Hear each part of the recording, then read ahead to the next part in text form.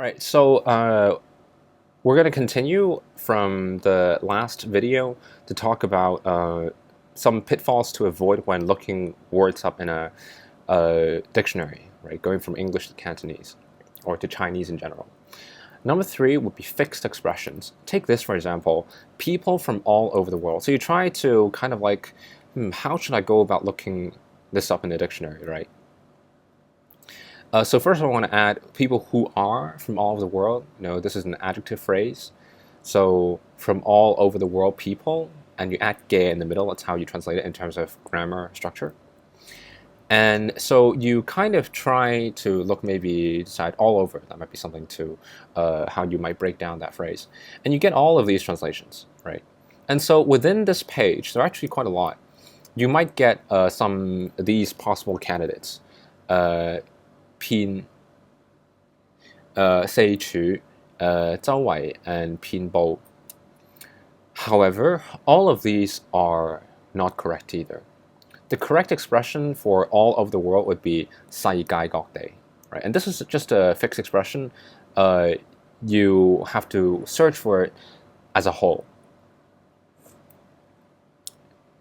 And number 4, specific word meaning. So take this as an example, to open up to him. So how would you translate that, right? Open up, that's not an easy thing to translate. So if we decide to search up open up, we get all of these entries, a lot more, actually 139 word entries here.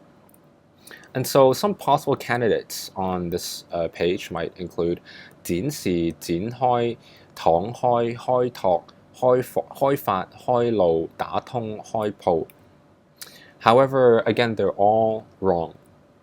The correct expression in Cantonese is actually 打開心扉. There are other ways to translate this, but this is the specific word for it, and you really can't change it. It's a bit of a fixed expression.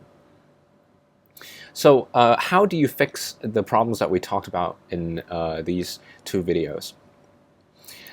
You have to really consult a dictionary that has examples. The more, the better.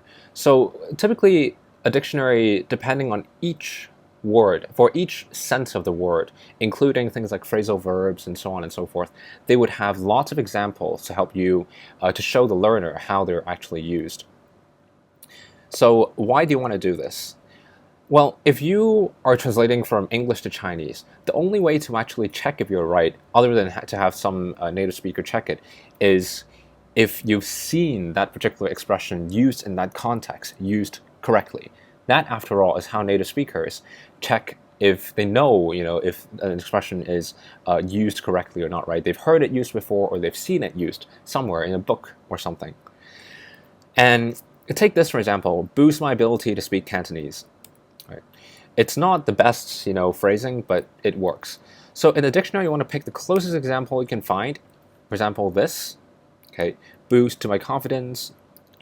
And then all you want to do is to copy, right? Just copy how it's done. And you would get 令到我 to allow for 嘅廣東話溝通能力大增, my Cantonese communicative ability to have a large boost. Okay, so which dictionaries do I recommend online? First of all, the Cambridge English-Chinese Dictionary or Chinese-English Dictionary, it's fantastic.